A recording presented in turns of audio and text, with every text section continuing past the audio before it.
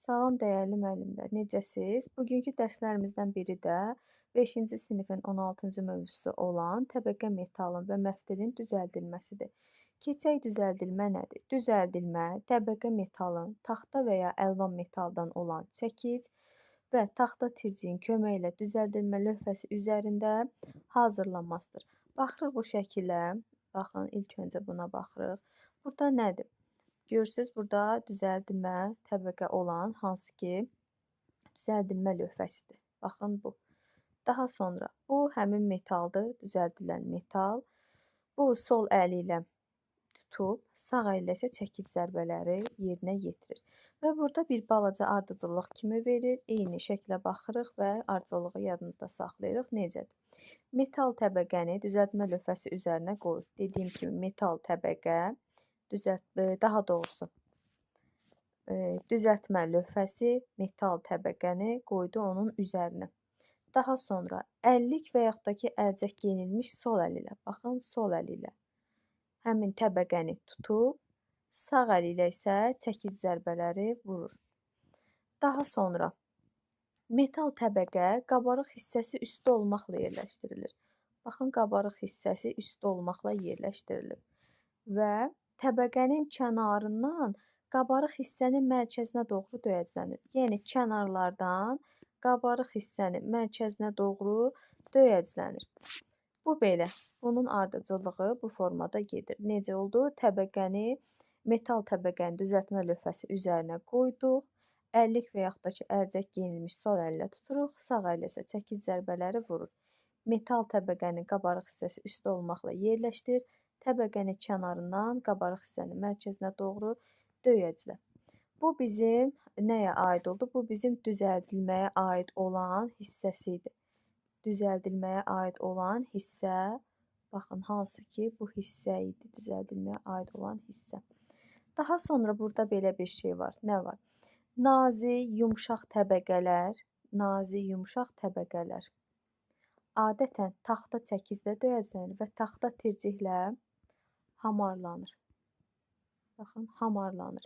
Bunu nəyə görə belə fərqli deyirəm sizə? Çünki düzəldilmədə belə bir məqam var. Deyir ki, təbəqə metalın taxta və yaxud da ki, əlvan metaldan olan çəkiclə və yaxud da ki, taxta tirciyin köməyi ilə düzəldilmə lövhəsi üzərində düzəltmək olar. Düzəldilmədə hər iki çəkicdən söhbət eləyir burada.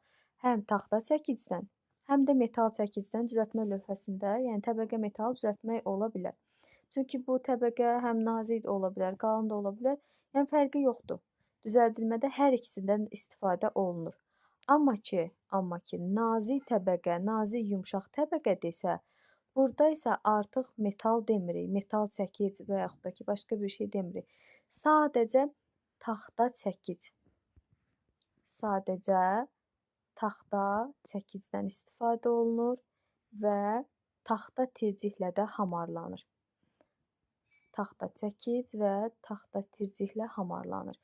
Desə, nazik, yumşaq təbəqələrdə. Bu belə. Daha sonra keçirik məftillərə. Əgər bizdən soruşsalar ki, məftil neçə üsulla düzəldilir? Ümumi məftilin düzəldilmə üsullarını soruşsa, məftil 4 üsulla düzəldilir. 1, 2, 3 və 4 üsul. 4 üsulla məftil düzəldilir. Amma ki, desək ki, yumşaq məftil necə düzəldilir? Bu zaman isə 3 üsul deyirik. Hansılardır? Deyirik ki, nazik yumşaq məftil taxtaya cərgə ilə vurulmuş bir neçə mismarın, baxın, bunu nəzərdə tutur.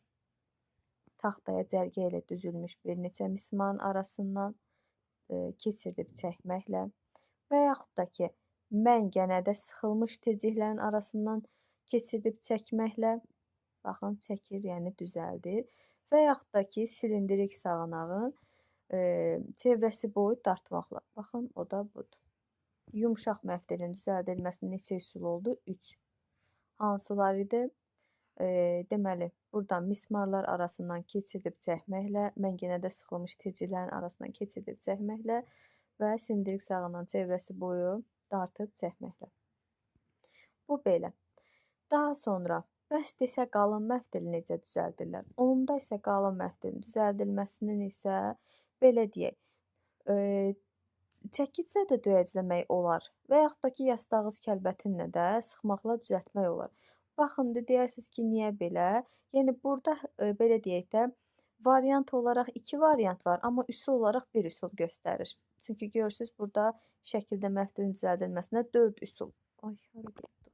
Məftilin düzəldilməsində 4 üsul göstərir.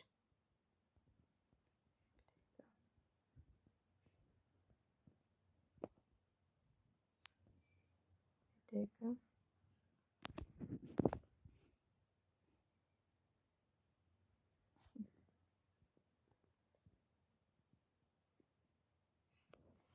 Deməli, məftilin düzəldilməsində 4 üsul göstərir və bunun 3 dənəsi, bu 3 üsulu yumşaq məftilə, bu bir üsul isə hansına aiddir? Bir üsul isə qalın məftilin düzəldilməsinə aid hesab olunur. Yəni, burada həm çəkiclə döyəcləməklə, yəni qalın məftili desə necə düzəltmək olar?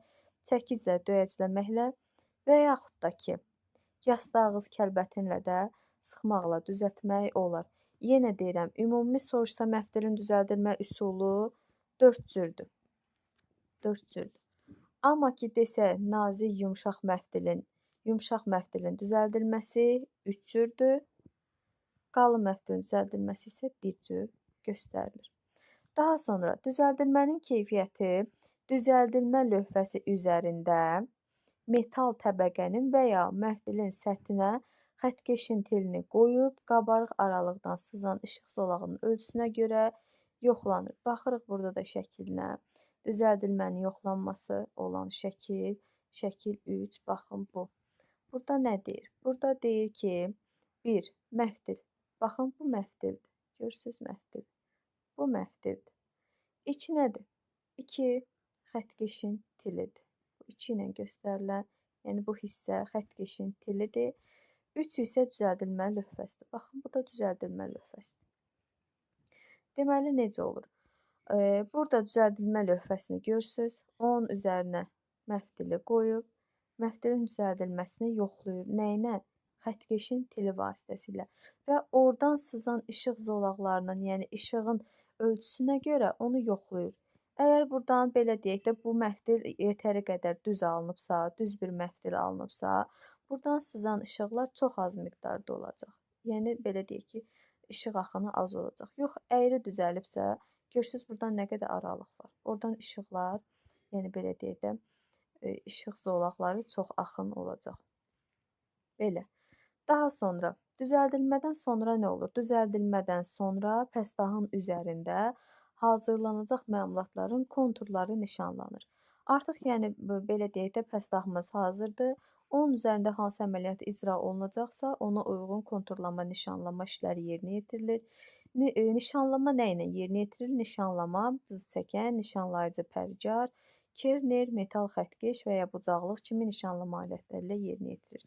Deməli, nə oldu? Cız çəkən, nişanlayıcı pərgar, kerner, metal xəttkeş və bucaqlıq kimi nişanlama alətləri ilə yerinə yetirilir. Daha sonra təhlükəsizlik iş qaydaları var. Burada nədir? Əllərinizi metal təbəqələrin və məftilin iti kənarları ilə zədələnmədən qoruyun.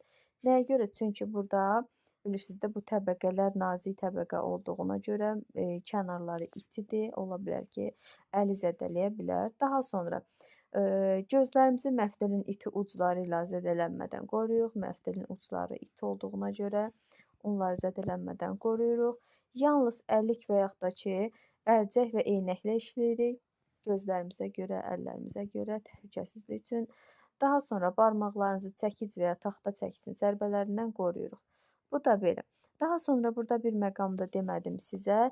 Əgər desə ki, burada çəkiclə döyəcləyərkən, baxın, sol ələ əlcək geyinir, sağ ələ isə çəkici tutur. Bu belədir. Amma ki, bu yəni düzəltmə lövhəsi üzərində təbəqə metalın düzəldilməsidir. Amma tirciklə hamarlayarkən hər iki əllə də belə deyək də əlcək geyinilir.